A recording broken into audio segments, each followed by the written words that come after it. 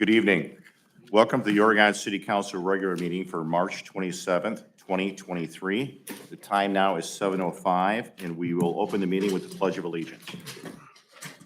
Pledge allegiance to the flag of the United States of America and to the republic for which it stands, one nation, under God, indivisible, with liberty and justice for all. Thank you. Ms. Rossum, will you take a roll call of council members present? Mr. Davish? Here. Mr. Drake? Here. Mr. Horniak? Here. Mrs. Pauloff? Here. Mr. Reeves? Here. Mr. Wallensack? Here. Mr. Zale? Here. Also present at tonight's meeting are Mayor Michael Safarian, City Administrator Joel Major, Clerk of Council Cassie Rawson, Law Director Melissa Pora, Public Service Director Paul Roman, Chief of Police Brandon Began, Assistant Chief of Police Ryan Spangler, Fire Chief Clayton O'Brien, and Building and Zoning Commissioner Jim Gilmore, and Finance Director Nick Rum. Council, the first thing we need to do tonight is I'm going to look for the approval of the meeting minutes from March 13th, 2023 regular meeting. Mr. President, Mr. Reeves, I move for passage or approval of the minutes from the March 13th, 2023 regular council meeting as presented. thank you, Mr. Reeves. Second. Second by Mr. Davish. Thank you, Mr. Davish. Counselor, any objections?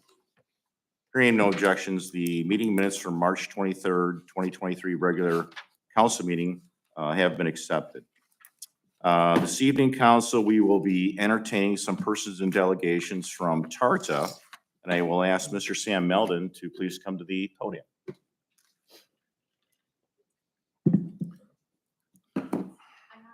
You're not Sam. You're not Sam. We figured that. You're not I'm Sam. Laura Kaprowski, the Toledo Area Regional Transit Authority CEO. So good evening, Council President Good Sale, evening. council evening. members, Mayor Safarian, and Joel. Nice to see you. So, but I am here with my colleagues, Sam Meldon, who is our Chief Communications and External Affairs Officer, as well as Charles Adimway, who's our Chief Operations Officer. We have a little over 240 employees at TARTA, and really it takes an entire team to do what we do now 7 days a week, holidays included. And I'm going to go over a little bit about our services, where we are, and our plans to get going, how we're going to get started here in the city of Oregon. So if we could just move the slide forward. This is kind of the big picture overview of who TARTA is today. We're actually in our 51st year. So we are running 20 bus routes and expanding. Actually, just today, we announced a brand new route, 33. Really excited. We extended another route into Springfield Township and into Holland. We've been working on that for well over a year to make that happen. I'll talk more about TARPS, the paratransit service that is so vital and important to many residents in Lucas County and Rossford, as well as TARTA Flex. And then we do have a van pool service. So if you know of companies, employers who have workforce transportation issues, I would just encourage you to look into that, and you can actually talk to Sam Meldon further about that. Our service area has expanded once issue 12 passed and the voters approved us covering service throughout Lucas County and the city of Rossford. I just finally on this slide want to call out the technology enhancements. I've worked in transportation my whole career, and during that time, it has just become more and more ingrained with technology. Public transportation is no different. When I arrived at TARTA 3 years ago, it was woefully behind because all of our operations in transit should be running through technology, both for the customer experience as well as our operations. I can say we have now invested millions of dollars, and actually later this spring, we will be fully fledged into our new technology atmosphere or environment. And from a customer experience standpoint, there's going to be a lot of great enhancements that our customers get to enjoy. If you could go to the next slide. This is where people go. We are very interested, intentional about understanding where our customers need to go. That's how we design the service. So the bulk of the trips are essential trips. That's probably why we could not stop running during the pandemic. And really, even though our ridership did dip back down, we are back up last year at about 87% of our ridership. That is far above what the national average is. So this region needs us, I would say. You can, next slide. All right, talking about paratransit, the Toledo Area Regional Paratransit Service is part of our family of services. This, we have received calls from Oregon City residents, and just want to describe this. This service pairs with fixed route. So when we bring the fixed route bus service to Oregon, there will also be paratransit service that is offered 3/4 of a mile around that route. This is designed to be a service that is door to door for those who cannot use our fixed route service. We do have evaluators who work with them. Oftentimes, the issues are physical, they could be cognitive, developmental challenges, disabilities. We work very closely with Lucas County DD, and we train our staff so that they can really work, again, very closely with our customers all the way from the beginning of the process, which is we evaluate residents to make sure it's the right fit. And just to let you know, we have many of our TARPS customers who actually use our fixed route service and use the paratransit. It might just be that during the winter time, for instance, winter elements, it's not safe for them to use fixed route. And again, they are using it for the same essential trips. They're going to work, they're going to doctor's appointments, and it really runs the gamut of who's using this service. And it runs 7 days a week, the same hours as our fixed route service. All right, next slide. So TARTA Next was and is our near, mid, and long-term plan for our organization. Our board just adopted the plan in November 2022. And in this, it lays out the different types of services, whether TARTA's providing it or even how we connect in with other services. What I really want to call attention to this on this slide is the fact that Oregon in next year, by next year in the coming years, you're going to have all the services that TARTA offers. So there will be coming fixed route, there will be paratransit, and then overlaying all of this is TARTA Flex, which is a new service that we just launched out in western Lucas County and in the city of Rossford at the end of January. And I'll explain a little more about TARTA Flex. So this is going to, again, give the city of Oregon and your residents, your employers, your future plans and development, all the services that TARTA has. All right, next slide. So TARTA Flex, this is something that our long-range plan focused on, bringing this new type of service to Northwest Ohio, to our area.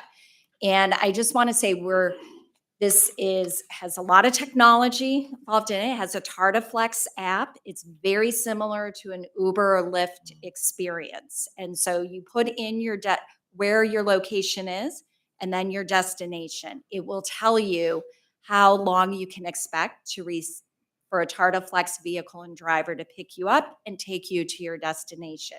That's what one of the vehicles look like. We intentionally leased 2 vehicles, and we wanted them to be a size that fit the service. So we have Pacifica vans and these these ProMasters.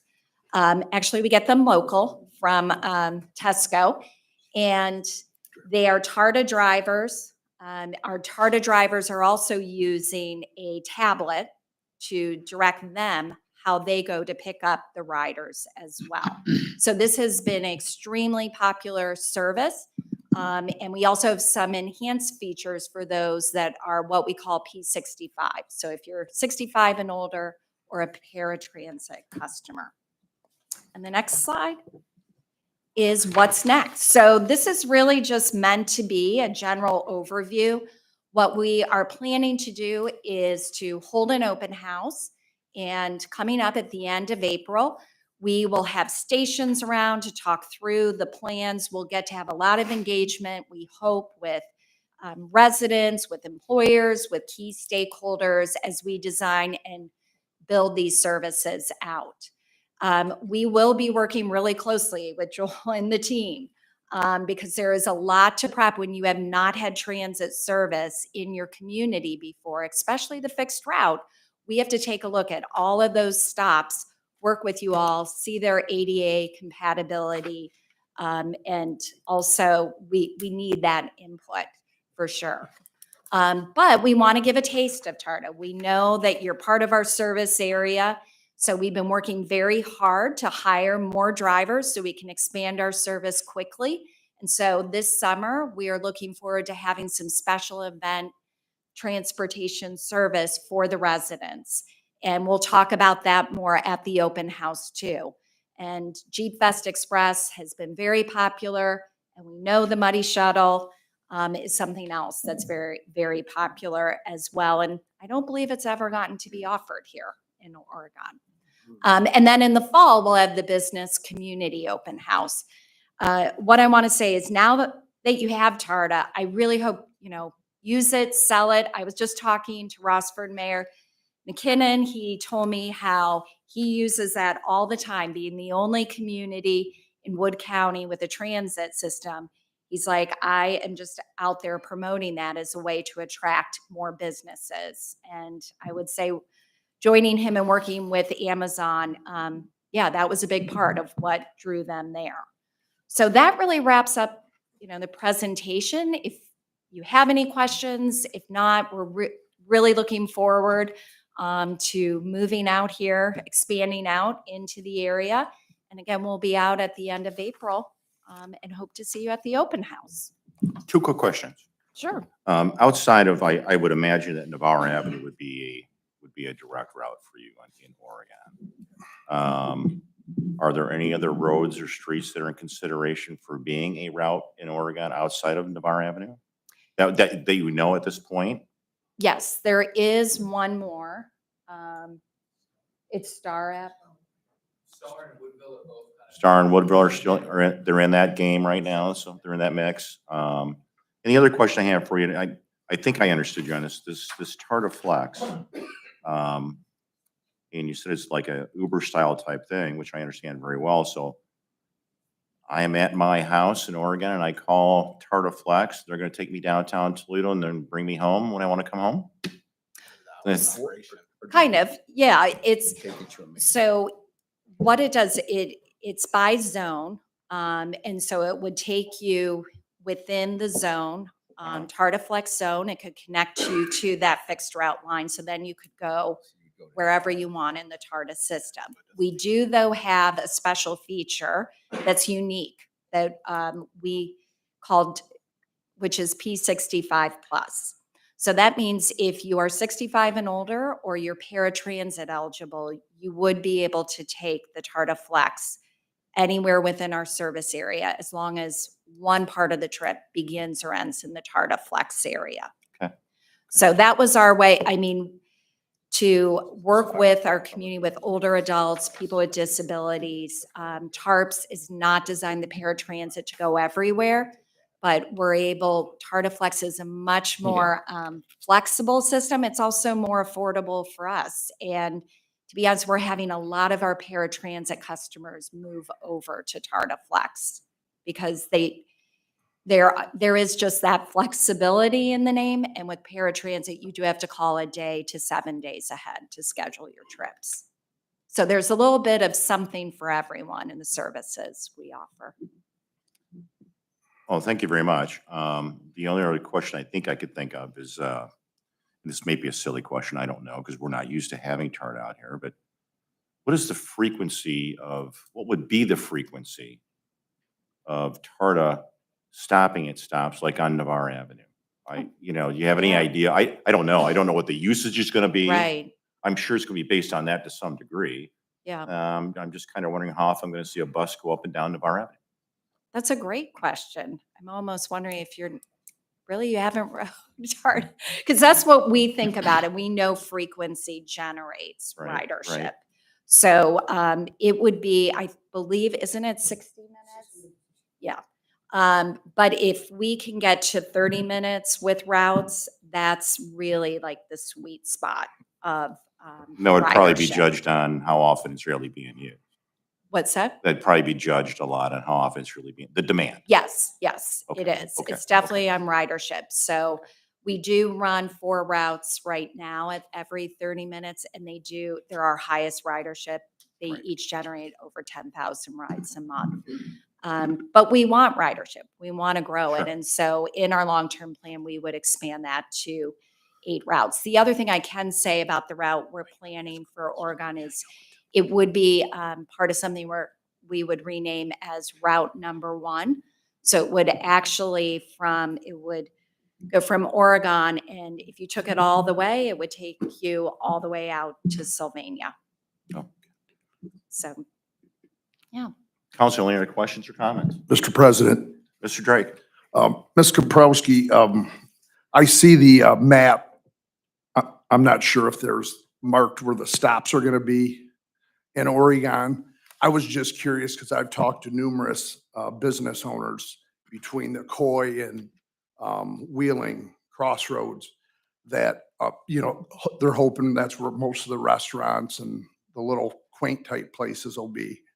I don't know if they've already decided where they're gonna have the stop, but my thing is I hope they have it more than at the one stop where I'm sure that's where it's going for sure.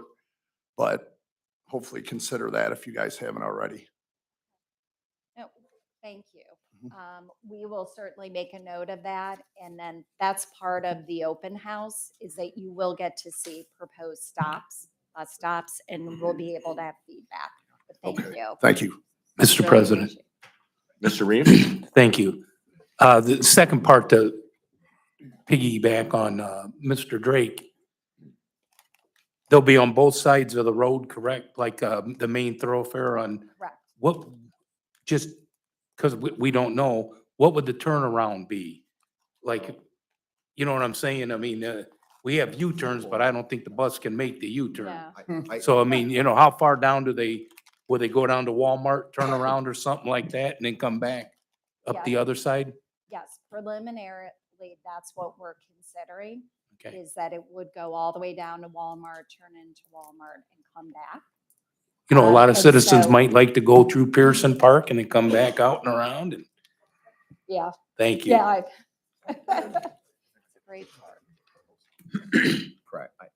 Thank you, Laura. Great Thank presentation. you. Thank you very much. Very informative.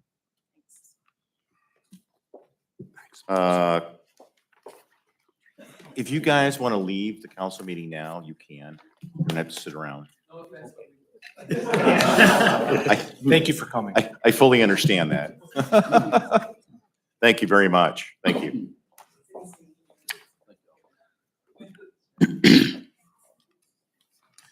Council, next business, or the next order of business will be a public hearing, which we will open at 7:25.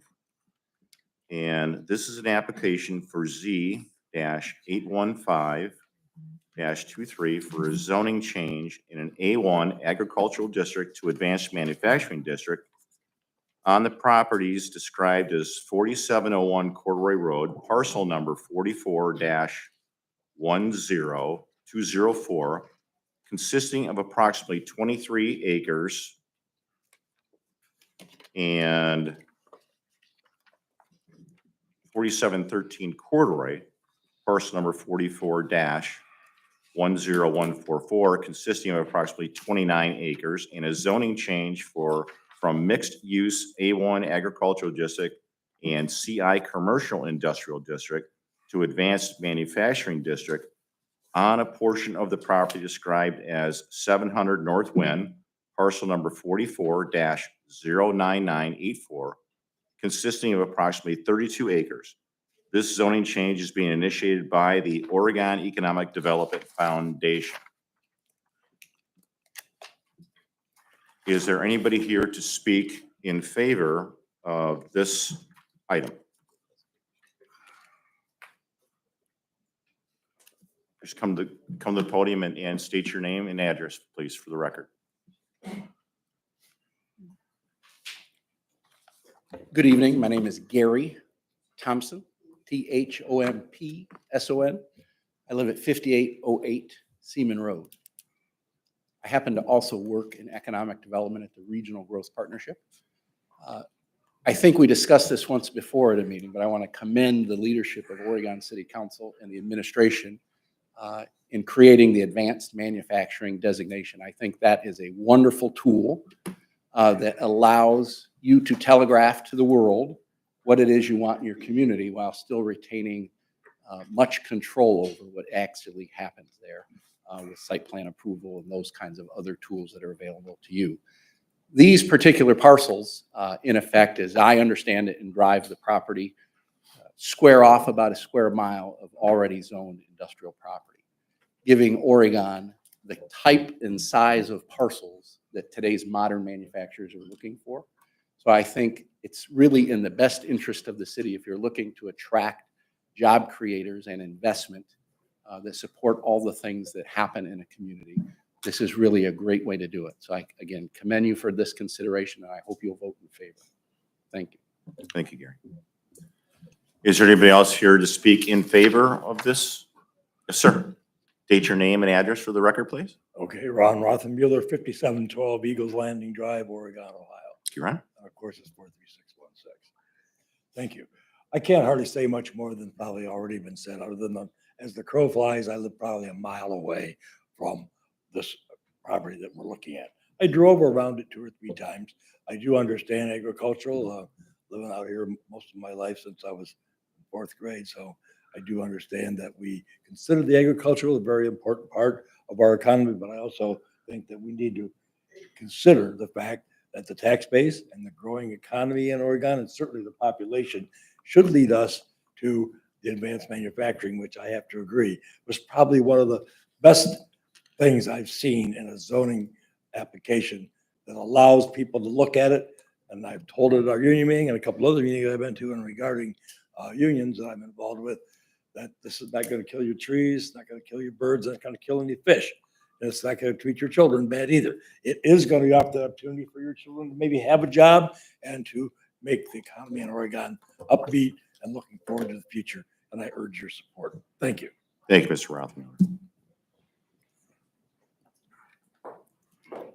Good evening. Excuse me.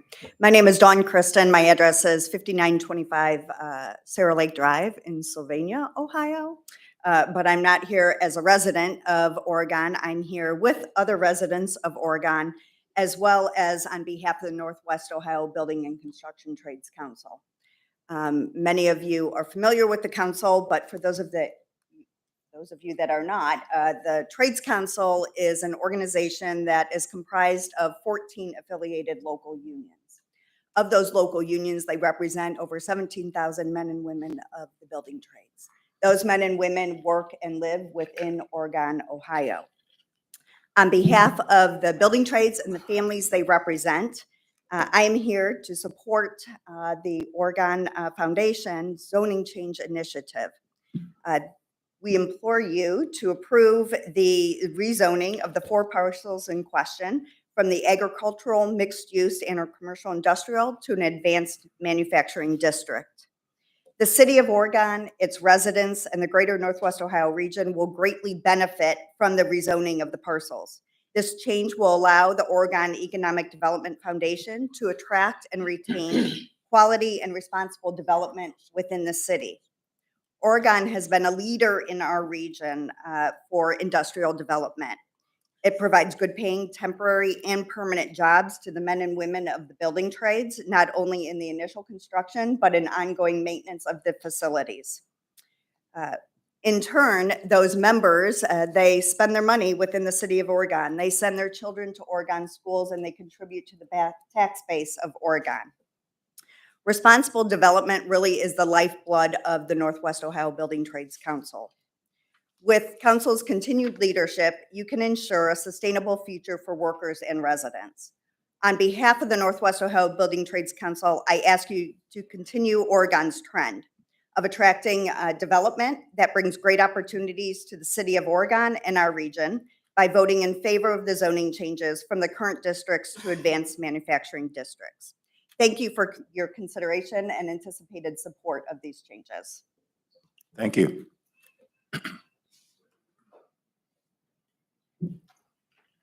You here to speak in favor? I am. Name and address for the record, please. My name is Dan Maury, 3502 Maple Way Drive, Toledo, Ohio. And as speaker before me, Dawn, said, I am not here as a resident of Oregon, but rather a representative of the Carpenters Union and the over 140 members who live and reside in the city of Oregon. As Ron stated, this project was a topic of conversation at several of our union meetings. We have a lot of members that are eagerly looking forward to working on these jobs. Oregon has long been an area of good quality work for the men and women of members of my union. The industrial base out here, the commercial base, plenty of good opportunities. In fact, as a carpenter in the field, I spent the majority of my time working in the city of Oregon, paying into the tax base at the refinery, at the other industrial sites, commercial opportunities as well.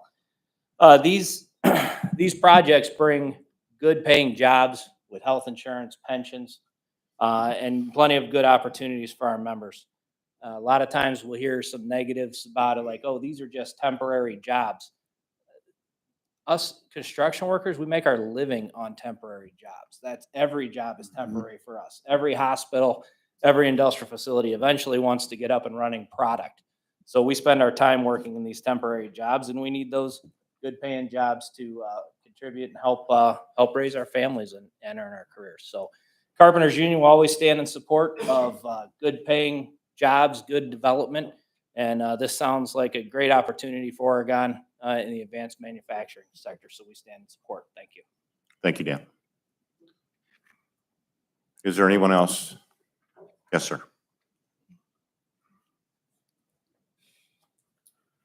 Good evening.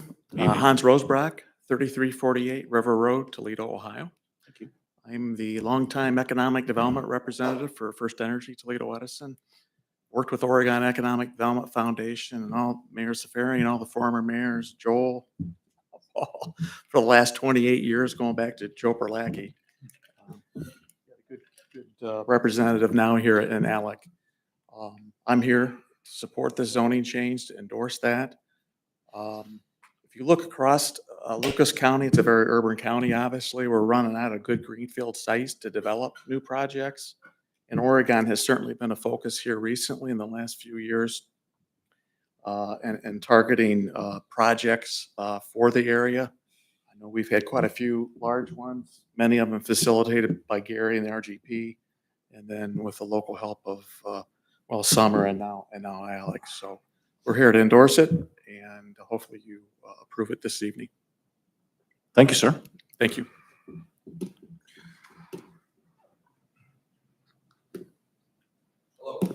Good evening. My name is Jared Donnelly. I am a resident of Oregon, Ohio. I've been here for a long time. I live at 5318 Star Avenue. I'm also a member of Local 18 Operating Engineers, and in my time as an operator, 23 years now, I've worked a lot of what Dan called temporary jobs. And I spent a lot of time out at BP Oil Refinery, over at TRC, used to be Sun Oil, and that's how I've made my living. And my union has 16,000 members across the state of Ohio and roughly 2,500 members here in Northwest Ohio, many of which live and or work here in Oregon at these refineries. And we'd love to see more of these facilities come up because it's how we make our living.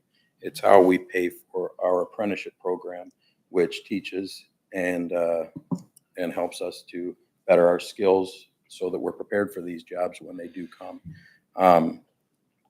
Just like to throw my support there. And you have the support of Local 18 as well, so thank you. Thank you, Jared. Is there anybody else here to speak in favor of this item? Mr. Thompson? Council, Mayor, I would like to first thank everybody who has spoken in favor and showed up on behalf to do so. I have more letters of support here for those who cannot be in attendance tonight in person.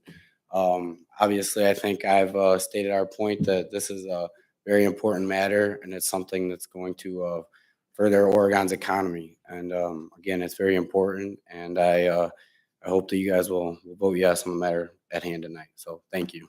Thank you, Alec. Is there anybody here to speak in favor of this item? Hearing none, is there anybody here to speak against this item? Let's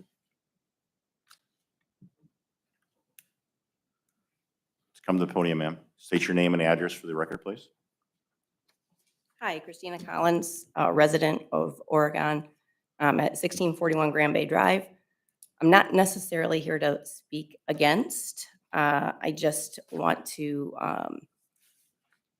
maybe have some consideration for curb appeal and what rezoning might look like. We invest a lot, obviously, in our properties, and while the financial benefit is there, curb appeal is definitely a critical piece for me to remain a resident of Oregon. And so when I drive down Wynn to go home, I want to know what I'll see. I want to know if I'll see natural materials and a welcoming entrance to an industrial corridor with some greenery and some flowers and some plants, or if I'm going to see a chain link fence with steel and silos and things like that. So I think curb appeal for me is going to be, I think, a big factor, and hopefully that's a consideration, and how this is approved and how it's regulated, as well as how we keep those businesses well maintained from an exterior perspective. Yeah, Christine, I can tell you this, when we came up with the Advanced Manufacturing District, that was a large part of it, was making sure there would be greenery and shielding and, I don't know, what's the term I'm not using here. Buffering. The whole idea was this would be a lot cleaner looking thing than looking at something with a chain link fence that have smokestacks and stuff like that. That is not what this is about at all.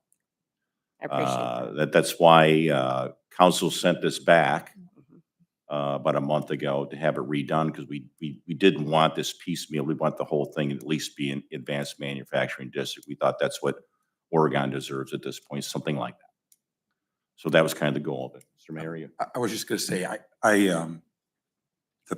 the actual development of advanced manufacturing, and I like your terminology, curb appeal. It was all about curb appeal. That's the difference between M2 and advanced manufacturing, is the curb appeal. Okay. And so that's what it was all based on.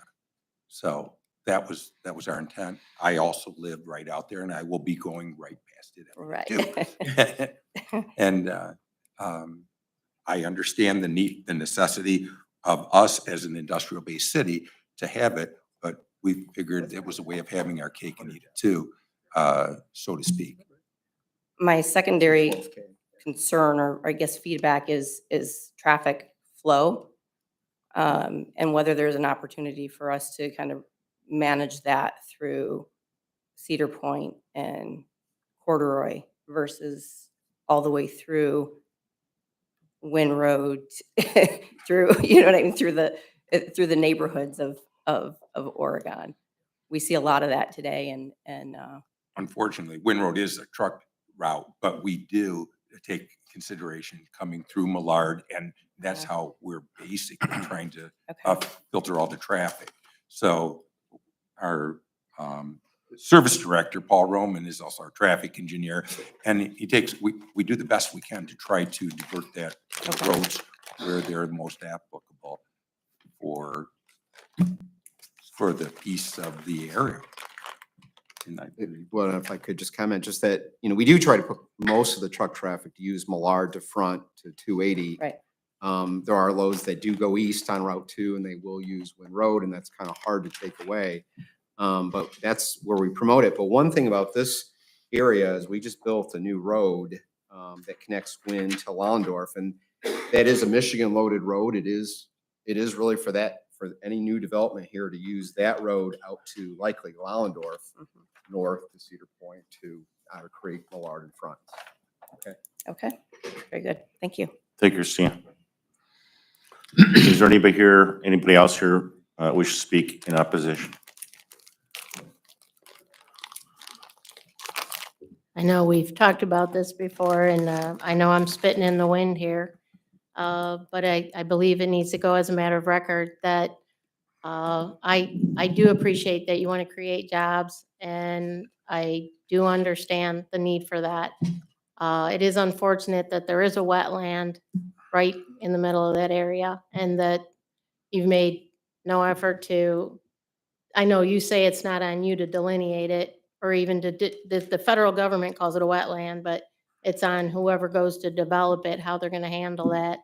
I do want to see you create jobs, and I do believe that, and I know for a fact there are a lot of areas that can be revitalized in the Toledo area that would create the same jobs, in fact, more jobs to revitalize it, and that the federal money's there.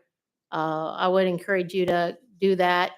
And I understand that we're in a very unique position on Lake Erie, and with water quality being an issue well, it already is an issue, but a growing issue. I would hope that you would consider, I'm glad it's not heavy industrial, grateful for that. I'm glad you came up with something that's gonna look more like, what's it, the old Jeep plant. Do hope that you find a way to preserve that living along that wetland that's in the middle of there. And like I say, I know I'm spitting in the wind here, but it is still, it's gonna be a carbon. I mean, you're creating jobs, but just if you can find a way to do it, I know you can mitigate it, and maybe that's what you'll end up doing. Whoever builds there will have to create 1.5 times more wetland somewhere else for what gets destroyed. But I do appreciate that you do want to create jobs. I just wish it was not in greenfield spaces, but more into brownfield areas and revitalization, like what happened at the Northwood or Northtown Mall location. Thank you.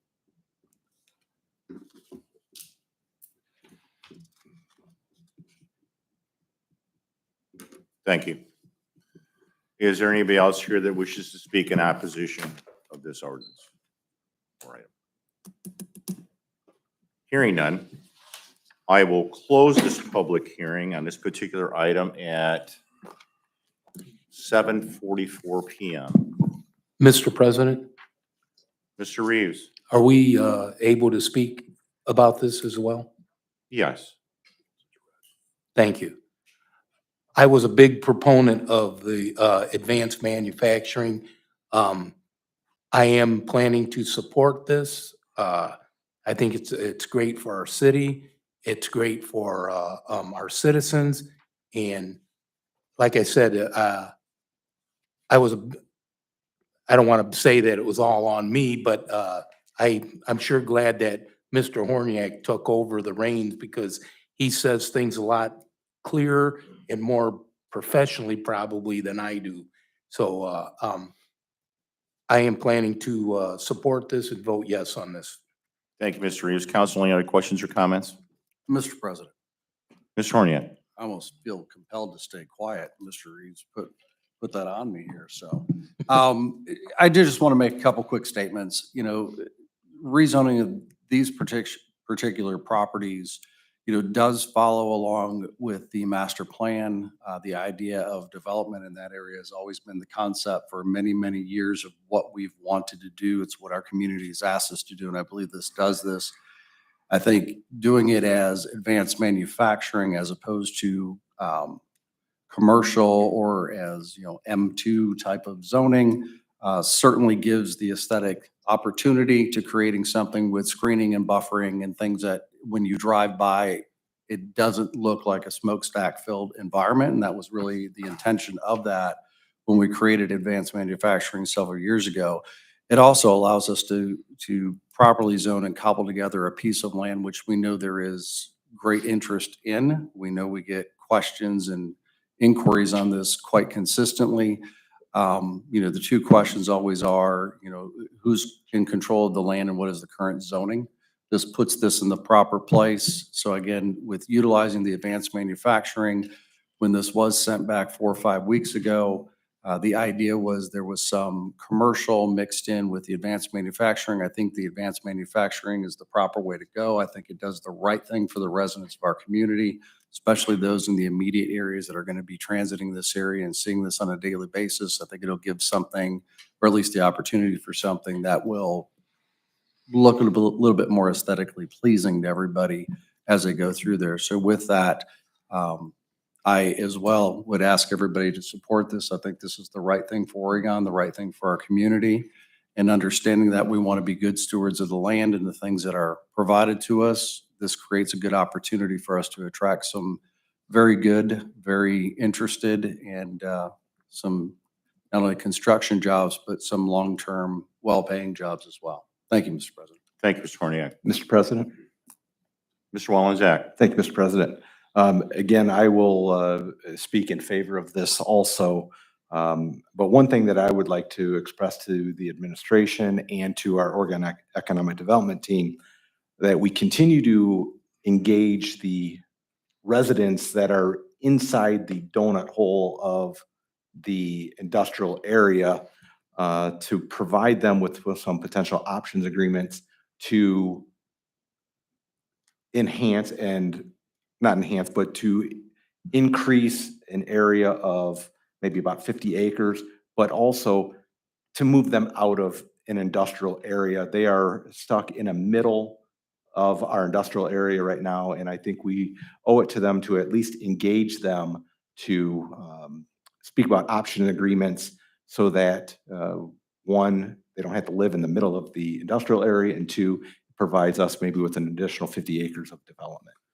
But I will be supporting this tonight. Thank you. Mr. President. Thank you, Mr. Walenzak. Mr. Reeves? Yes, thank you. I do have one more thing. We just wanted to make it the least invasive on the people that are living in that community or that area. That's why we support the advanced manufacturing. Thank you, Mr. Reeves. Council, any other questions or comments? Hearing none, now I will close the public hearing on this item at 7:47. And I will ask council for a motion to move this item forward. That's, yeah. Yeah, Mr. Ralston, would you please read item 44, 2023 into the record, please? Authorizing a change in the district map for properties described as 4701 Corduroy Road, parcel number 4410204 from A1 Agricultural District to Advanced Manufacturing District for property described as 4713 Corduroy Road, parcel number 4410114 from A1 Agricultural District to Advanced Manufacturing District for a portion of the property described as 700 North Wind Road, parcel number 4409984 from mixed use A1 Agricultural District and CI Commercial Industrial District to Advanced Manufacturing District. Council. Mr. President. Mr. Horniak. I move for passage of ordinance 44 of 2023. Thank you, Mr. Horniak. Second. Second by Mr. Walenzak. Thank you, Mr. Walenzak. Mr. Ralston, will you take a roll call vote of council, please, on ordinance 44? Mr. Horniak? Yes. Mr. Walenzak? Yes. Mr. Davish? Yes. Mr. Drake? Yes. Mrs. Paula? Yes. Mr. Reeves? Yes. Mr. Zale? Yes, thank you, council. Ordinance 44, 2023 passes with 7 yeas and 0 nays. Next, council, we will open another public hearing at 7:50. Mr. And President, just want to make note, if the people that have come for that first public hearing, if they'd like to exit, they may not want to go through the other public hearings for our agricultural district. Well, this is still Oh, I'm part of our sorry. advanced You are- manufacturing. This is still part of that. I'm sorry. Yes. This is the second. I forgot that we separated them. This application is for Z-816-23 for a zoning change in A1 agricultural district to advanced manufacturing district on the property described as 4315 Corduroy Road, parcel 44-11277, consisting of approximately 9 acres. This zoning change is being initiated by the Oregon Economic Development Foundation. This is essentially what we just went through, but a separate piece of property that is attached to this. Is there anybody here to speak in favor of this item?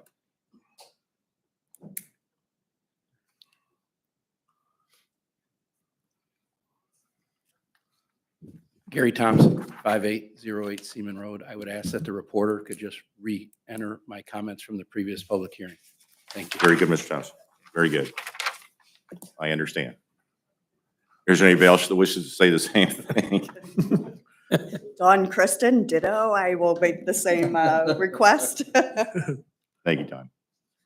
Is there anybody here to speak in opposition of this, this particular item?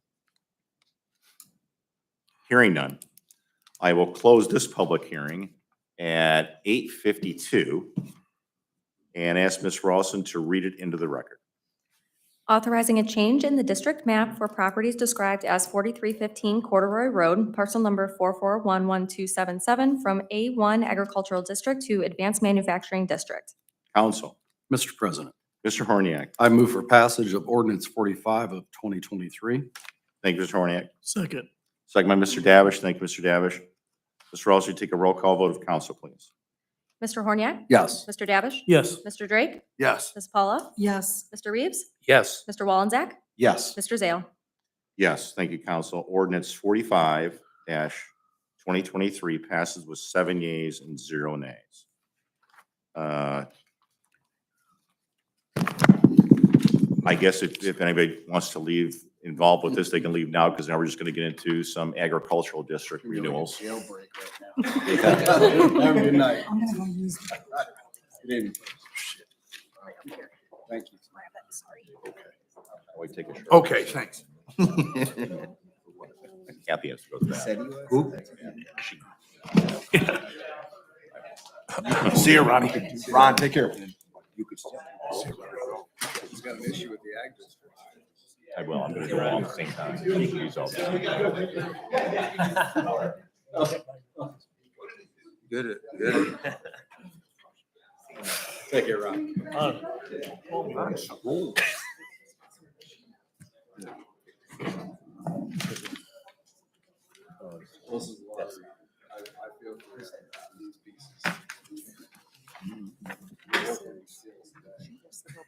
Oh, okay. This is Okay. the. Okay, okay.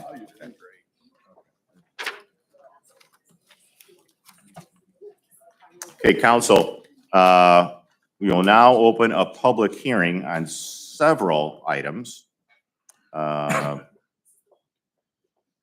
the hearing at 8:58. The first one is a renewal application for an agricultural district for Karen R. Pollitt et al. For 10.447 acres located at 4565 Pickle Road. Also part of this renewal is an application for an agricultural district for David C. Jolin for 17.87 acres located at 3825 Corduroy Road. Also a new application for an agricultural district for Bolin Muschwitz et al. For 18.75 acres located at 3935 Corduroy Road. A renewal application for an agricultural district for Jeffrey J. Navarre for 55.022 acres located at 6862 Seaman Road. And a new application for an agricultural district for Jeffrey J. Navarre for 31.31 acres located at 5658 Brown Road, 12.33 acres located at 7007 Corduroy Road, and 19 acres located at 6880 Seaman Road. Is there anybody here to speak in favor of these applications? Is there anybody here to speak in opposition of any of these applications? Hearing none, I will close the public hearing at 8:55. And I will ask Ms. Rawson, I will sign item, where am I at? Mr. President, Yes, you mean 7:55, right? yeah, I did. Okay. 7:55. Thank you, Mr. Reeve. I will assign item 46 as ordinance 46, 2023, and ask Ms. Rawson to read into the record.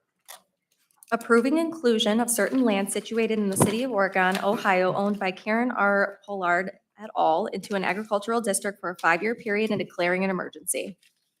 Council, Mr. President, Mr. Horniak. I move for passage of ordinance 46 of 2023 as an emergency measure. Thank you, Mr. Horniak. Second. Second by Mr. Davish. Thank you, Mr. Davish. Mr. Rawson, take a roll call vote of council, please. Mr. Horniak? Yes. Mr. Davish? Yes. Mr. Drake? Yes. Mrs. Paula? Yes. Mr. Reeves? Yes. Mr. Wallensack? Yes. Mr. Zale? Yes, thank you, council. Ordinance 46, 2023 passes with 7 yeas and 0 nays. I will assign item 47, 2023 as ordinance 47, 2023, and ask Ms. Rawson to read into the record. Approving inclusion of certain land situated in the city of Oregon, Ohio, owned by David C. Jolin into an agricultural district for a 5-year period and declaring an emergency. Council, Mr. President, Mr. Horniak. I move for passage of ordinance 47 of 2023 as an emergency measure. Thank you, Mr. Horniak. Second. Second by Mr. Davish. Thank you, Mr. Davish. Mr. Rawson, will you take a roll call vote of council? Mr. Horniak? Yes. Mr. Davish? Yes. Mr. Drake? Yes. Mrs. Paula? Yes. Mr. Reeves? Yes. Mr. Wallensack? Yes. Mr. Zale? Yes, thank you, council. Ordinance 47, 2023 passes with 7 yeas and 0 nays. I will assign item 48, 2023 as ordinance 48, 2023, and ask Ms. Rawson to read in the record. Approving inclusion of certain land situated in the city of Oregon, Ohio, owned by Bolin Moschwitz et al. Into an agricultural district for a 5-year period and declaring an emergency. Council, Mr. President, Mr. Horniak. I move for passage of ordinance 48 of 2023 as an emergency measure. Thank you, Mr. Horniak. Second. Second by Mr. Davish. Thank you, Mr. Davish. Mr. Rawson, would you take a roll call vote of council, please? Mr. Horniak? Yes. Mr. Davish? Yes. Mr. Drake? Yes. Mrs. Paula? Yes. Mr. Reeves? Yes. Mr. Wallensack? Yes. Mr. Zale? Yes, thank you, council. Ordinance 48, 2023 passes with 7 yeas and 0 nays. Next, I will assign item 49, 2023 as ordinance 49, 2023, and ask Ms. Rawson to read in the record. Approving inclusion of certain land situated in the city of Oregon, Ohio, owned by Jeffrey J. Navarre into an agricultural district for a 5-year period and declaring an emergency.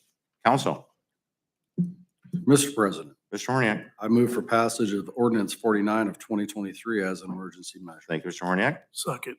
Second by Mr. Davish. Thank you, Mr. Davish. Ms. Rawson, would you take a roll call vote of council, please? Mr. Horniak? Yes. Mr. Davish? Yes. Mr. Drake? Yes. Mrs. Paula? Yes. Mr. Reeves? Yes. Mr. Wallensack? Yes. Mr. Zale?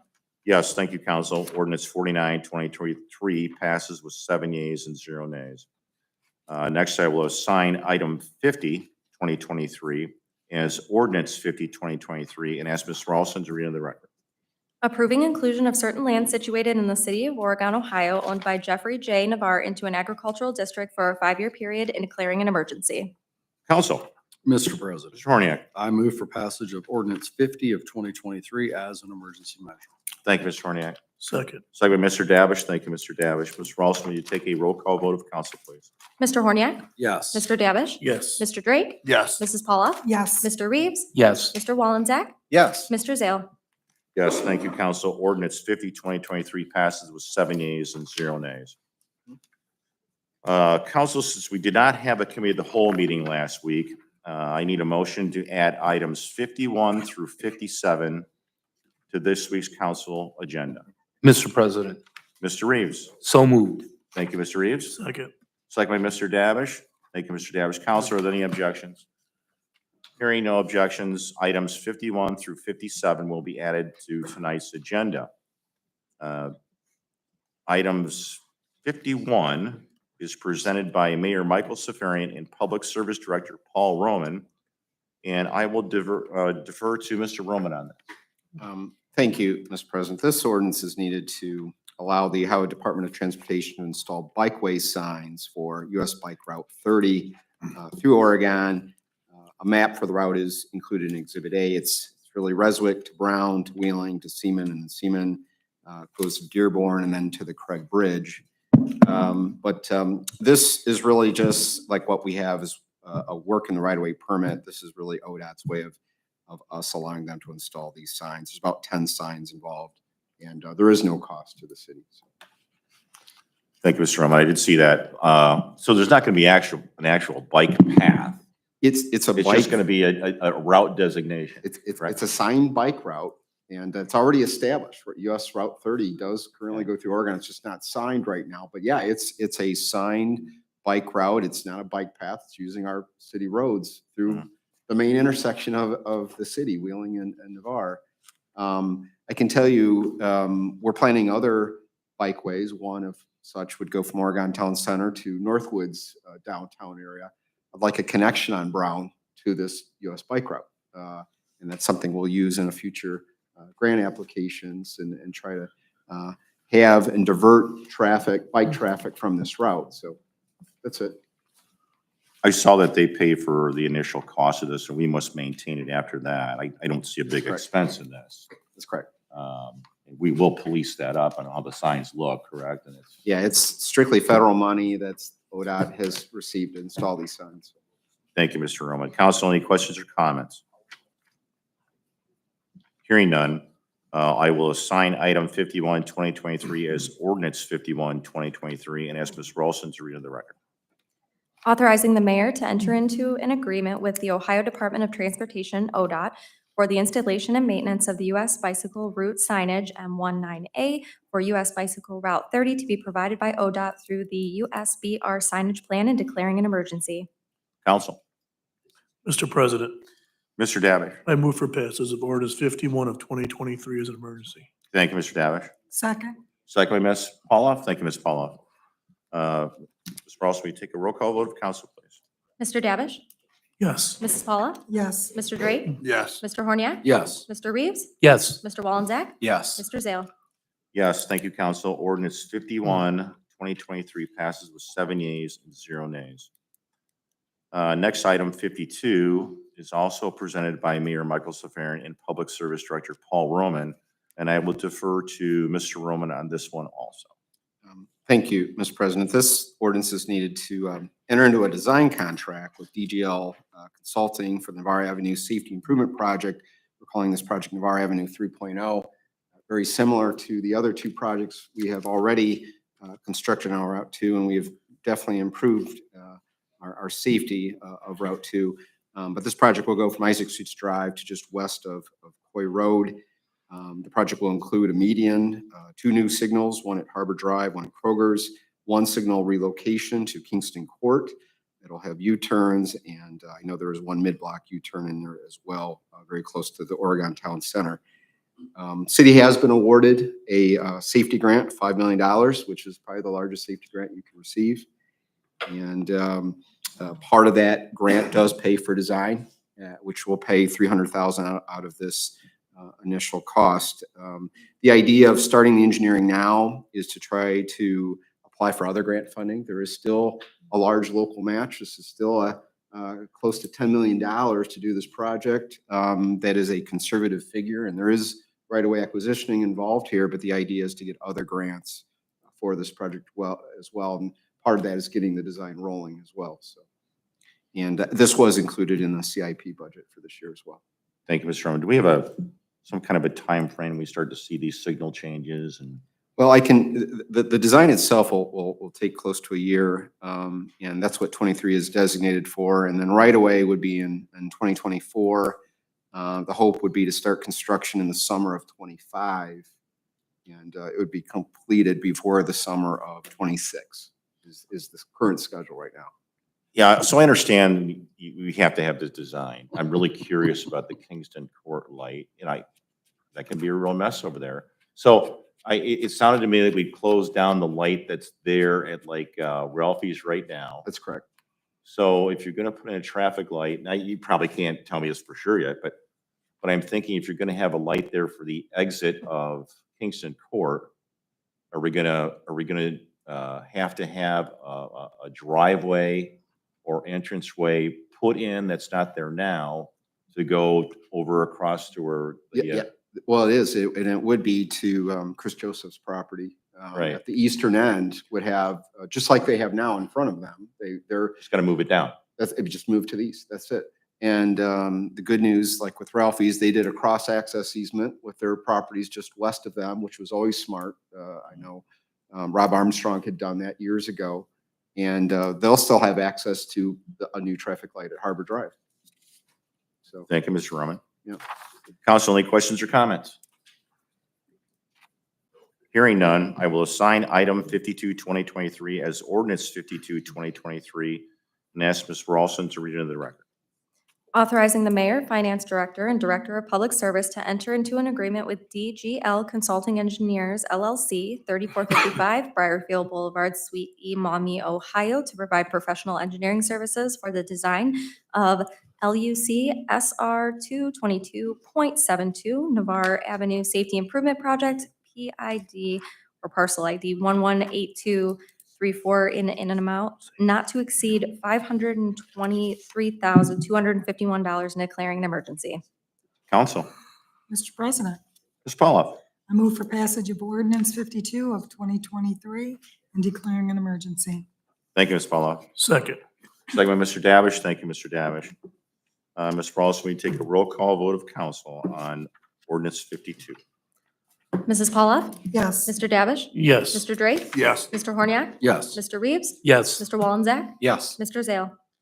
Yes, thank you, council. Ordinance 52, 2023 passes with 7 yeas and 0 nays. Next item for consideration is item 53, 2023, which is presented by Mayor Michael Safarian and Law Director Melissa Pepora, and I will defer to Ms. Pepora. Thank you, Mr. Zale, President Zale. This ordinance would authorize the transfer of a TREX, which is an Economic Development Transfer Liquor License, into the city of Oregon from the city of Toledo. The company would be JBA Merchandising LLC. Under Ohio law, before a TREX can occur, you need to get approval from the municipality in which it is entering into. So council would need to allow the application to be submitted to the Ohio Department of Commerce, Division of Liquor Control. So this liquor license could be transferred from outside the city of Oregon to inside. The place of business would be 3150 Navarre Suite A. My understanding is that this will be a Mexican restaurant located at that address. It will be a Class D5 permit. And the estimates for economic development, the annual employee city income tax in the amount of $4,000 to $6,500. The number of jobs created for this project is approximately 10, and there's about 60,000 that will be invested into this project. Again, this is just to allow the application to be submitted to the Division of Liquor Control. This is not the approval, it just allows the application to be submitted. If anyone has any questions, I'd be happy to answer them. Thank you, Ms. Pepora. Is this due to the lack of availability of liquor licenses here in our city now? That would be correct. Okay, thank you. Council, any questions or comments? Mr. President, Mr. Horniak. question for you, Mr. Pepora, if I may. You had indicated in your remarks, this is a D5 application. I see in their transfer form, it's a D6. Is that accurate or is it a D5? It is a D5. When I spoke to their council, they advised me it was a D5. So on that, I can have them correct that. Okay. And what is the key difference between a D5 and D6? Anybody want to go to that? I do. I happen to know that, Mr. President, may I? Go ahead. D5, you can stay open until 2 a.m. and a D6, I think you can serve alcohol till 2 a.m., but you can close at 2:30 a.m. is what I believe. The liquor laws are very nuancy, so there are a lot of nuances. It's very niche-y kind of a law. So That's my understanding of the difference between the D5, D6. Follow-up question, if I may, Mr. President. Ms. Petroniak? Because the transfer form does say a D6 and they've indicated a D5, do we need to make any kind of change or alteration to what we are about to approve? And does council have an issue whether it is a D5 versus a D6 license? I guess I would ask for further input from other council members if that's a concern. Based on that discrepancy, I don't know that it's enough to warrant that. I just don't know if we act on this. Are we correct in acting on this if we believe that form is filled out incorrectly? Mr. Hornick, if you look at the economic development transfer form that's provided in the packet, it's page 1 of 4. Page 2 of 4 on section D, they've selected D5. That's the, if that's the application, I think Yeah. we'd be fine if that's on the actual application. Yeah. So am I getting your legal opinion is that the one precedes the other based on our conversation? Since the application says D5 and D6, you're saying it defaults to D5? Based on my conversations with the legal counsel representing this company and the actual application that is going to be, if approved by council, that will be submitted to the Division of Liquor Control, that section that is selected D5 would be sufficient. Thank you, Ms. Pepper. Mr. Horniak, does that satisfy your answer? Not entirely. I still have concerns. I'm just looking further into the documentation where they indicate both a D5 and a D6. I just don't know if that presents an issue if we move forward and say yes to this evening. Does that discrepancy create an issue? Because by my understanding, their review of this process, this application is pretty well scrutinized, that you got to check every box the right way and fill every form out the right way. So if we've got a discrepancy, does that create an issue? I don't have a problem with the Trex transfer. I'm just asking is there an issue because of the documentation? I don't feel that is an issue because this application is going to be then sent to the liquor control. They are then going to say whether it is complying with their requirements. So if there's a discrepancy on their side, the only thing that council is doing is approving this to be applied to the Division of Liquor Control. They will be the one that ultimately selects what it's going to be. Okay. And then it's going to come back to council for either a hearing or not a hearing. Okay, so we don't have any culpability whether we put this forward as a D5, D6, that's irrelevant to us. No, because the Division of Liquor Control is going to make sure the permit that was in Toledo is the What same comes over. that is coming over. So Very it good. doesn't create any culpability or legal issues for this council. Perfect. I'm satisfied. Thank you, Mr. Purpura, Mr. President. Thank you, Mr. Pecora. Thank you, Mr. Horniak. Council, any other questions or comments? Hearing none, I will assign item 53, 2023 as ordinance 53, 2023, and ask Ms. Rolson to read in the record, please. Authorizing the transfer of a Trek Economic Development Transfer liquor license into the City of Oregon for JBA Merchandising LLC, an Ohio limited liability company, and declaring an emergency. Council. Mr. President. Mr. Horniak. I move for passage of ordinance 53 of 2023 as an emergency measure. Thank you, Mr. Horniak. Second. Second by Ms. Paula. Either one. Go ahead. Sure. Yeah. Ms. Paula, thank you. Ms. Rolson, will you take a roll call vote of council, please? Mr. Horniak? Yes. Mrs. Paula? Yes. Mr. Davish? Yes. Mr. Drake? Yes. Mr. Reeves? Yes. Mr. Wallensack? Yes. Mr. Zale? Yes, thank you, council. Ordinance 53, 2023 passes with 7 yeas and 0 nays. Next item for consideration is presented by Mayor Michael Safarian and City Administrator Joel Major. And I will defer to Mr. Major on this particular item. Thank you, Mr. President. So this approval of this ordinance would allow us to enter into an agreement with the OEDF that has expired. So what we have budgeted is $100,000 for the currently, so that's what is in the agreement in Exhibit A. And it's pretty much the same agreement that we had with them over several years. Thank you, Mr. Major. Council, any questions or comments on item 54? Hearing none, I will assign item 54, 2023 as ordinance 54, 2023 and ask Ms. Ralston to read it into the record.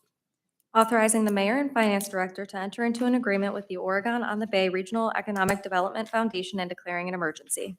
Council, Mr. President, Mr. Horniak. I move for passage of ordinance 54 of 2023 as an emergency. Thank you, Mr. Horniak. Second. Second by Mr. Davish. Thank you, Mr. Davish. Mr. Walson, will you take a roll call vote of council, please? Mr. Horniak? Yes. Mr. Davish? Yes. Mr. Drake? Yes. Mrs. Paula? Yes. Mr. Reeves? Yes. Mr. Wallenbeck? Yes. Mr. Zale? Yes, thank you, council. Ordinance 54, 2023 passes with 7 yeas and 0 nays. Next item for consideration is presented by Mayor Michael J. Safarian and Police Chief Brandon Began, and I will defer to Mr. Began on that. Thank you, Mr. President. This ordinance that we're bringing forward is to seek approval to apply for a grant for our body worn or our bulletproof vests. Each year, we have to replace a certain amount of them. They have a 5-year working life, and then they expire after that. So every 5 years, we have to replace them. And in the past, we've used a federal grant that pays for 50% of the bulletproof vest program. And this one through the state of Ohio actually will cover 75% if we're approved. And we have a total of 13, it would be 11 replacements for this year that are due. And we're hoping to hire an additional 2 officers this year for a total of 13. So we're applying for a grant reimbursement amount of $13,065.75 to help out with that cost. Thank you, Chief. Council, any questions or comments? Hearing none, I will assign item 55, 2023 as ordinance 55, 2023 and ask Ms. Ralston to read it into the record, please. Authorizing the mayor and finance director to apply for and to accept a grant from the Ohio Law Enforcement Bulletproof Vest Program and declaring an emergency. Council, Mr. President, Ms. Pauloff. I move for passage of ordinance 55 of 2023 and declaring an emergency. Thank you, Ms. Pauloff. Second. Second by Mr. Davish. Thank you, Mr. Davish. Ms. Ralston, you take a roll call vote of the council, please. Mrs. Paula? Yes. Mr. Davish? Yes. Mr. Drake? Yes. Mr. Horniak? Yes. Mr. Reeves? Yes. Mr. Wallenbeck? Yes. Mr. Zale? Yes, thank you, council. Ordinance 55, 2023 passes with 7 yeas and 0 nays. Next item for consideration is item 56, 2023, which is being presented by Councilwoman Kathleen Pauloff, and I will defer to Ms. Pauloff. Thank you, Mr. President. So we had a discussion today in a safety meeting in regards to the operation of low-speed, underspeed, and utility vehicles in the city of Oregon. Our discussion came up with low-speed vehicles, which are between not more than 25 miles per hour. An underspeed vehicle is not more than 20 miles an hour. Those are allowed on the streets as long as they pass the needed specs from the state of Ohio to be compliant to be on the roads. So they can go anywhere in the city of Oregon under 35 miles an hour or less, 35 miles an hour or less. The exceptions of the roads that these would be traveled on would be Navarre Avenue and Woodville Road, which is State Route 51, State Route 2, and also Wynn Road, which is a designated truck route, and it's pretty hazardous for these vehicles to be on. These vehicles will be traveling, be able to be operated 24 hours a day with no restrictions of time. As for utility vehicles, these keep up with traffic as long as they are street legal and are in compliance with state of Ohio law. They are allowed to travel freely on any route in the city of Oregon at any time of the day. So that is what we have come up with, and that is the ordinance that is to be presented tonight. Thank you, Ms. Pauloff. Council, any questions or comments regarding item 56? Mr. President, Mr. Reeves? thank you. Chief, if you could on page 2, letter C at the top, it's a little confusing to me. I just want to make sure that it's on the record of how they go about getting it titled.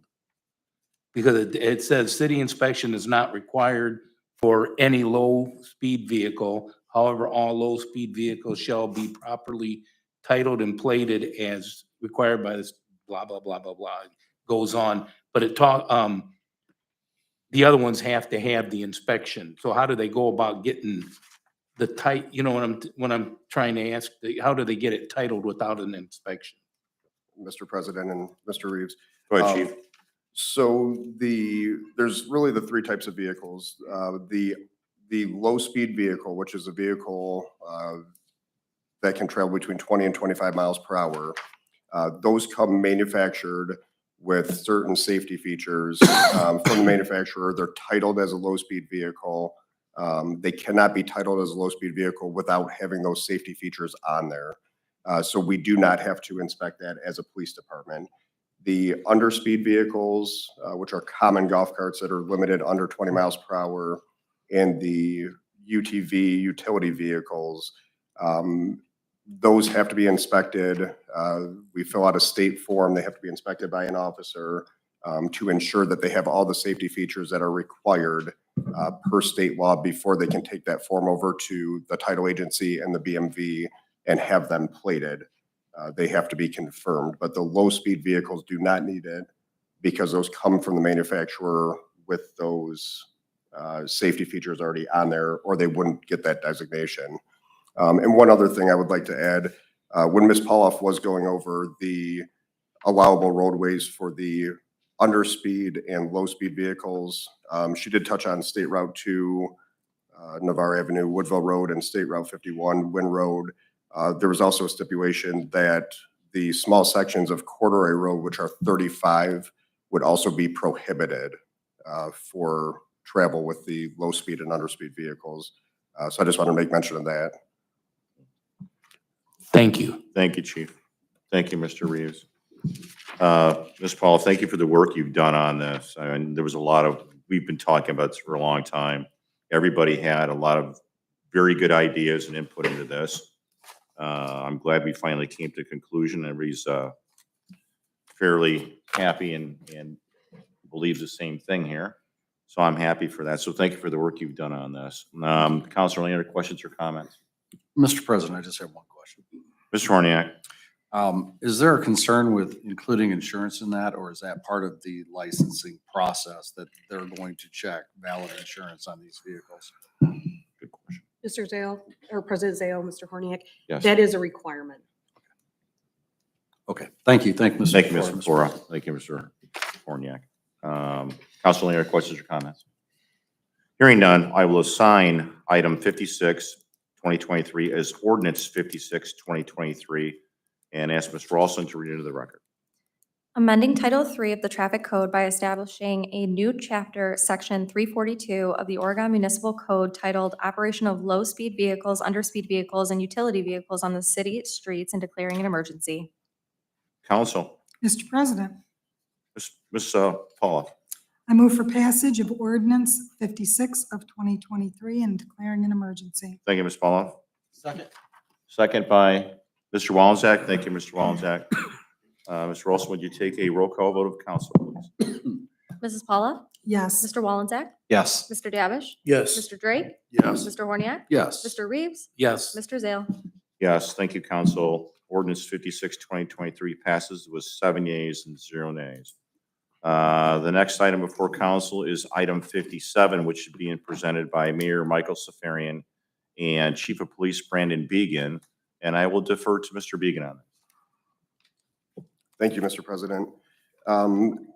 This is a grant application that we are moving forward with for the summer holiday enforcement proposal grant. This grant is used for traffic control, and it would begin April 1st. The short notice with bringing this forward is we just got verbal confirmation that we would be approved for this grant, and that's why we brought it forward today. We just found that information out in the last couple days. But this grant would pay reimbursement to our officers to go out and do high visibility traffic enforcement, looking for speed violators, safety violations, and OVIs and things of that nature to keep the roads safe. Thank you, Chief. Council, any questions or comments regarding item 57? Hearing none, I will assign item 57, 2023 as ordinance 57, 2023, and ask Ms. Ralston to read it into the record. Authorizing accepting the Summer Holiday Enforcement Proposal 2023, or SHEP, grant from the Ohio Traffic Safety Office submitted by the Oregon Police Division and declaring an emergency. Council, Mr. President, Ms. Paulo. I move for passage of ordinance 57, 2023 and declaring an emergency. Thank you, Ms. Paulo. Second. Second by Mr. Wallenczak. Drake. Mr. Drake. Thank you, Mr. Drake. Ms. Ralston, you take a roll call vote of council, please. Mr. Paul, or Mrs. Paul? Yes. Mr. Drake? Yes. Mr. Davish? Yes. Mr. Warniak? Yes. Mr. Reeves? Yes. Mr. Wallenczak? Yes. Mr. Zale? Yes, thank you, council. Ordinance 57, 2023 passes with 7 yeas and 0 nays. Council, this completes our ordinance for this evening, and I will move to the mayor's report. Thank you, Mr. President and council. I will say that with the passage of the slow-moving vehicles, we'll try to get that very quickly onto our website and in our Facebook page to clarify it, especially specifying that it has to have a licensed driver. So people are very, very much aware of the fact that kids can't just hop in a vehicle and drive around, because I know there'll be a lot of that, and we'll want to get it promoted as much as we possibly can to avoid Melissa from seeing a bunch of things in the courtroom or in juvenile court. So we'll do our best to try to get it as clear as we can possibly get it, so people know what you actually passed here. And then you did get the correspondence where I have some appointments today, and I am going to start first with from the Division of Streets in seasonal appointments. And these seasonal appointments are going to be effective as of April 3rd, 2023, and ask council's concurrence, and I'll go through all of them. As utility worker 1, classification 3, Grace Claus, step 5, $16.75 an hour. Utility worker 2, classification 5, David Wiegand, James Gorey, Donovan Coughlin, and James Crandall. And David Wiegand is at step 3, $19.25. James Gorey is at step 3, $19.25. Donovan Coughlin, step 1, $18.75. And James Crandall is at step 1, $18.75. And I would ask council's concurrence in the appointment of these seasonal appointments for these 5 individuals. Council. Mr. President, Mr. Davish. I concur with the mayor of the appointments as he stated. Thank you, Mr. Davish. Second. Second by Mr. Reeves. That's fine. Thank you, Mr. Reeves. Council, are there any objections? Hearing no objections, Mr. Mayor, council does concur with the hiring of these individuals. Okay, and next there's a seasonal appointment, and this one is at the water treatment plant. It is also a seasonal appointment, effective date March 28th, Tuesday, which would, I believe, be tomorrow. And I'd ask council's concurrence in the appointment of Mr. Dempsey Coughlin of 534 Cambridge, Oregon, Ohio, to utility worker 2, classification 5, step 2, which is which is a pay rate of $19 an hour. And I would ask council's concurrence, once again, the appointment of Dempsey Coughlin to classification 5, step 2, $19 an hour. effective tomorrow. Council, Mr. President, Mr. I Davitt. will concur with the mayor of the hire of Mr. Dempsey Coughlin Thank you, Mr. Davitt. tomorrow. Second. Second by Mr. Reeves. Thank you, Mr. Reeves. Council, are there any objections?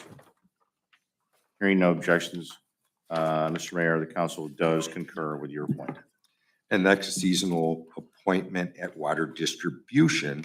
And this is effective also tomorrow, March 28th, and that would be to Garrett Anderson, 1646 Sugar Bush, Oregon, Ohio, classification 5, step 2, $19 an hour. Once again, March 28th, tomorrow. Ask council's concurrence in that appointment. Council, Mr. President, Mr. Davitt. I will concur with the mayor of the hire of Mr. Garrett Anderson. Thank you, Mr. Davitt. Second. Second by Mr. Reeves. Thank you, Mr. Reeves. Council, are there any objections? Hearing no objections, Mr. Mayor, council does concur with your appointment. And being that our charter doesn't allow us to make appointments after 8:30, that's all I make. Just kidding.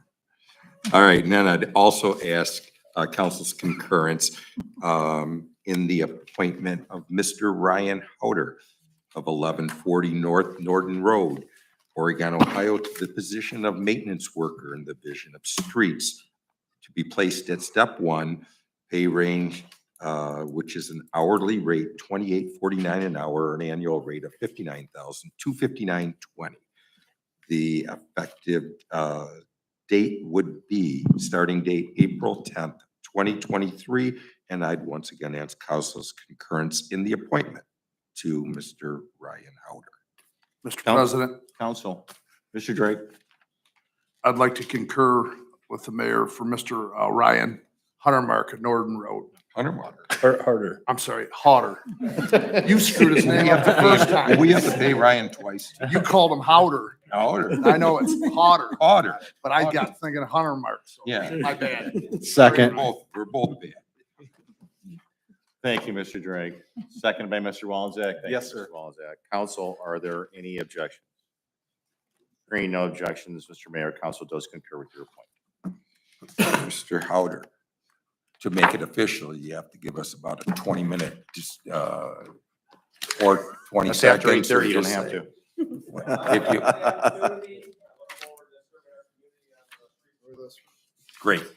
Thank you, Congratulations. and we would welcome you. And that would conclude my report. Thank you, Mayor. Mr. Major. Thank you, Mr. President. I just have one comment. I wanted to thank Councilwoman Pauloff and council and mayor and staff for all of the care and consideration that was given and taken into in the creation of this ordinance for the low speed and underspeed vehicles and UTVs. A lot of people that are online and in the audience don't really see and realize all of the inner workings of city government and see the amount of work that goes into and consideration that goes into something like this. So Yeah. I think the biggest victory of all that goes, that hasn't really been talked about is the, the freedom that has been actually presented and actually put into an ordinance. So people are now have more freedoms than they have before. So I just wanted to thank everybody for that was a part of that and recognize that. Thank you, Mr. Major. Ms. Pepora. No report, Mr. President. Thank you, Ms. Pepora. Mr. Roman. No report, Mr. President. Thank you, Mr. Roman. Mr. Reeves. Thank you, Mr. President. I'd like to call a Parks and Recreation Committee meeting for Monday, April 10th at 6 PM in the council conference room. The purpose of the meeting is twofold. One is a quarterly update of our programs that we offer. And number two is to have updates of our new restroom concession stand and press box. So that'll be on Monday, April 10th at 6 PM. Thank you, Mr. Reeves. Mr. Drake. No report. Thank you, Mr. Drake. Mr. Walczak. No report, Mr. President. Thank you, Mr. Walczak. Mr. Davish. Mr. Davish said that he did not have a report, but he will be back. Ms. Paulo. Thank you, Mr. President. We had a great committee meeting tonight. I really appreciated everybody's input. I want to thank all the hard work from Chief Began and Ms. Papura. They did a lot of legwork and it was really easy to work with. They made it a lot easier for me to understand. Excuse me, I'm glad that we passed it. And again, thank you for all of your input. Sometimes Joel always takes what I want to say, but that's okay. But yes, a great thanks comes to you, President Zale, because you brought this to council 2 years ago. Yeah. So I think finally getting an ordinance nailed down and out there was really the key tonight. So thank you for that. I would also like to set up a committee meeting for Monday, April 24th. It's a safety committee meeting and it's in regards to the fire department and getting, how do I say this? Plainclothes fire prevention officers to be hired in. Did I say that correctly, Chief? Yeah, they'd be considered civilian fire.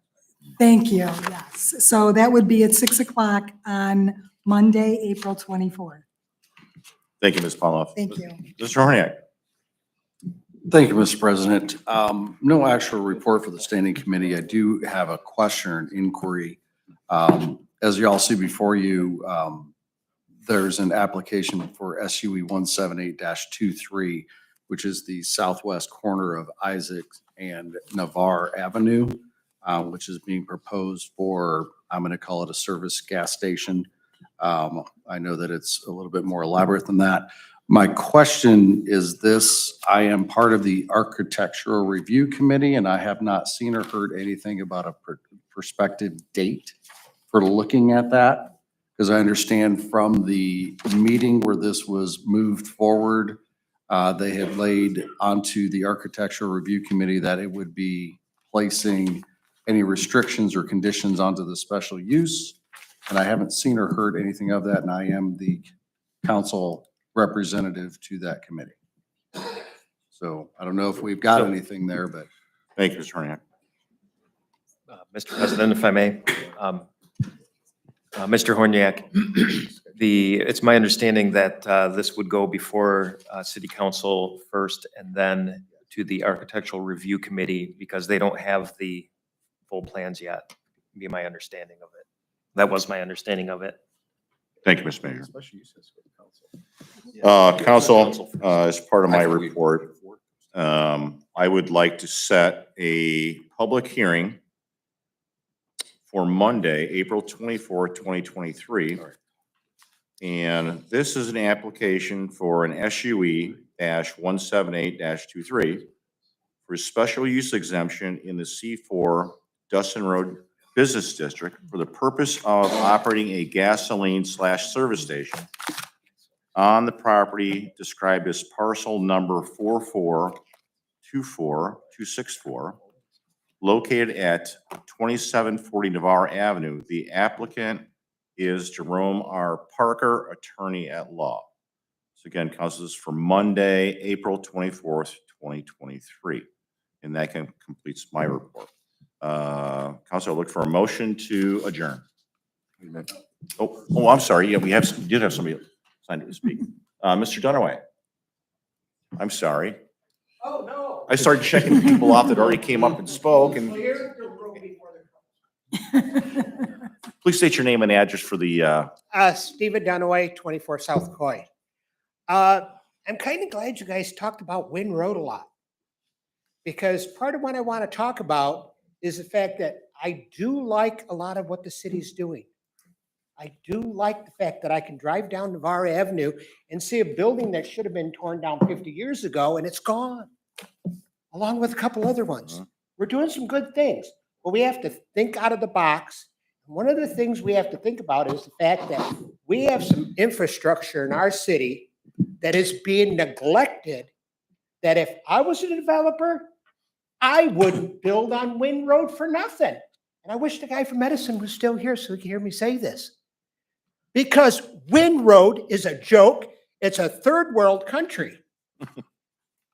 This picture right here is one of about 12 poles, and this is brand new construction. Toledo Edison needs to take ownership of its property, which, because of a conversation I had with Mr. Davish, I had to call down to Columbus. Mr. Davish, some right-of-ways and easements are from the state. The city has control of them. The city grants them. They're there out of a privilege of this city to have their utility in our right-of-ways to service our industries and stuff. Wynn Road, here's my other picture, and I'm going to let you guys look at these. You go right from our brand new fire station and go north, there isn't a single quarter of a mile of road where I wouldn't make Toledo Edison tear it all down and reconstruct it. They are a fully regulated company. All generation has been sold off. That was deregulated. Oh, wow. Now we pay 6.5 cents a kilowatt instead of 3.2. We took it out of control of a government agency that kept them in line. But as far as Toledo Edison and First Energy, they are still fully regulated. They are required to provide proper safety to our city. Part of that is also aesthetics, reliability. Brand new fire station. Now, granted, they got a backup generator. But these poles right here across from the Gardens of St. Francis, those are 40% leaning.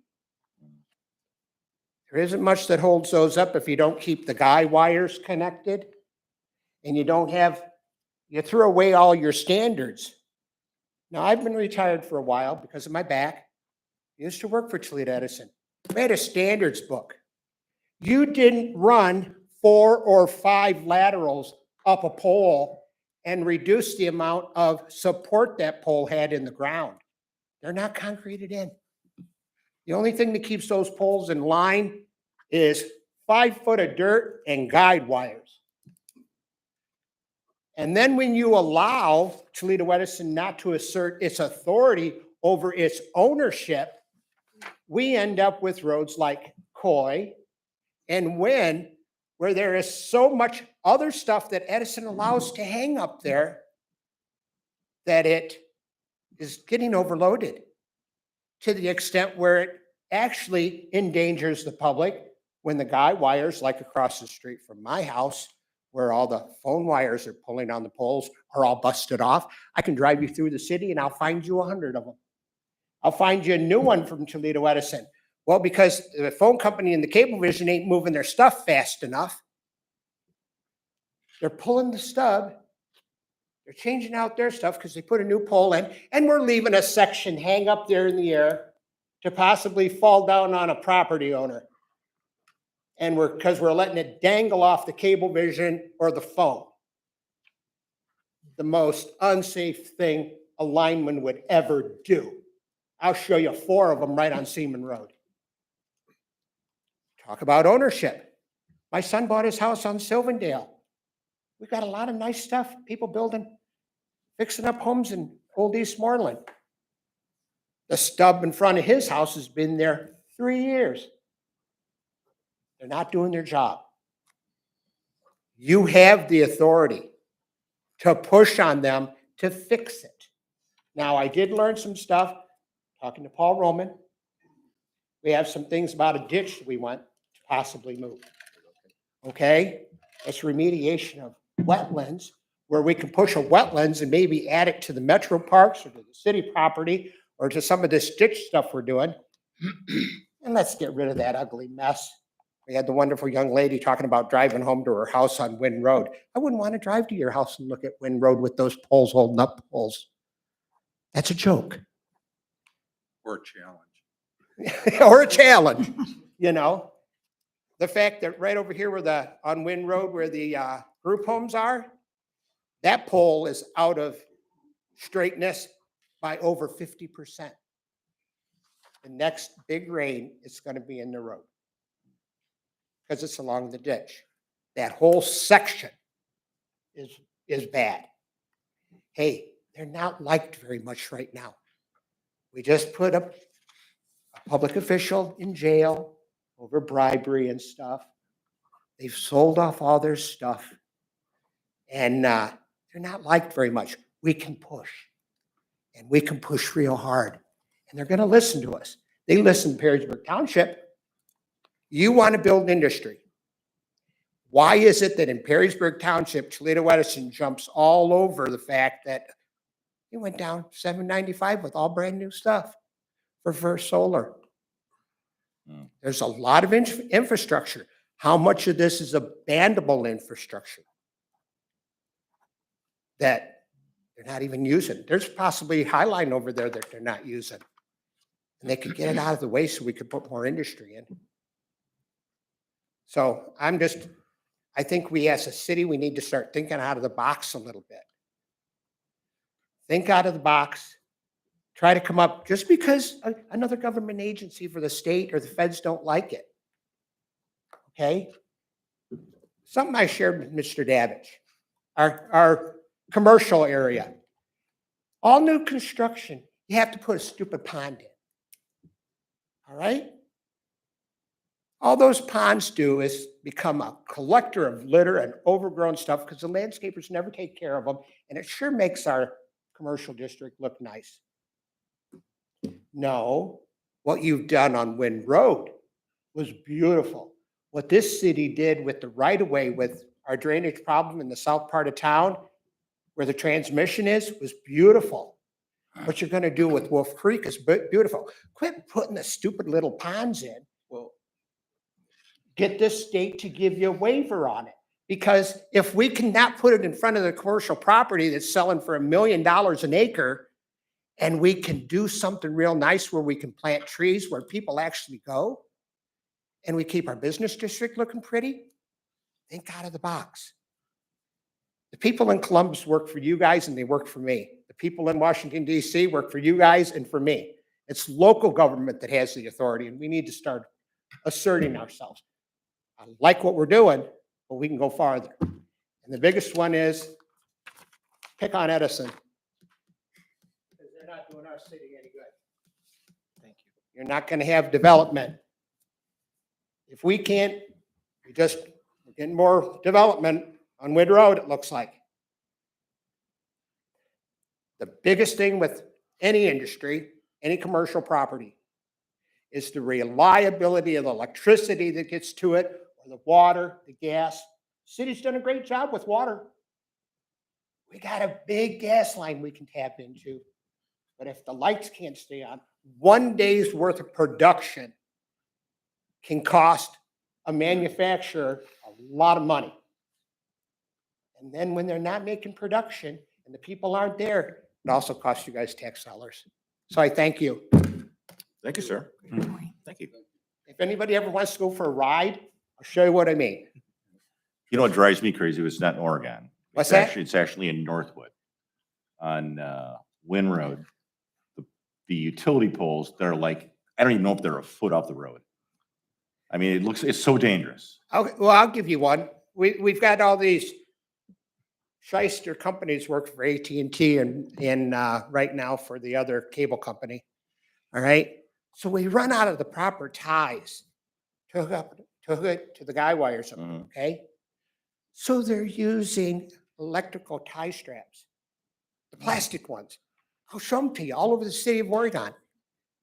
Do you know those things deteriorate in the sun? Yeah. And in 2 years after that, contractor's long laughed all the way to the bank because the AT&T isn't making sure their stuff's being done right. And when it all falls on the ground and our kids get caught up in it, or someone on a motorcycle goes under it and chokes their neck, they're going to be coming to you guys wondering, what the heck? No, we can do better. I want to see the proper amount of electricity so you can build not just 2 or 3 new industries. I want 10. I want taxes. You know, we're taking care of the two big employers. You know, they're never going to, BP and TRC, they're not going to go anywhere. I like my cell phone. It's made of plastic. You know, and in the meantime, we need stuff to fill in. And if there's a wetland, I'm sorry to say, yeah, I hate to lose it, but you know what?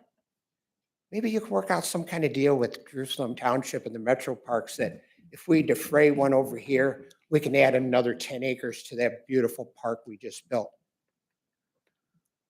Or you can use the money to fix up the park, put trees in and more wetlands over there off of Bay Shore Road. Thank you, sir. Mr. Ryan? Good evening. Glenn Ryan, 2707 Pickle Road. Just wanted to tell you that as of this Saturday, over at Oregon Public Library from 1 to 3, I have organized a town hall on rail safety legislation. And it's going to feature Marcy Kaptur, Representative Michelle Grimm, Representative Josh Williams, State Senator Hicks Hoops. Excuse me. Paula Hicks. Oh, thank you. And also John Easterly from the Railway Brotherhood thing. And it's going to be more of, instead of them talking to the public, it's going to be more of the public talking to them. They'll have 5 minutes for initial presentation, and then it's going to be a question and answer form. The participants will have 1 minute to ask questions, and the panelists will have 2 minutes to answer questions. So we kick them in and out so they can get as much information as possible. And to dovetail on what this man said, according to Mr. Roman, you're paying $20 in maintenance fees per pole monthly to Toledo Edison on your poles. So if they're not keeping up on the maintenance, where's your money going? That's all I got to say. Thank you. Thank you, Mr. Ryan. Council, can I get a motion to adjourn? So move, Mr. Thank President. you, Mr. Reeves. Second. Second by Mr. Davish. Council, are there any objections? Hearing no objections, this meeting is adjourned.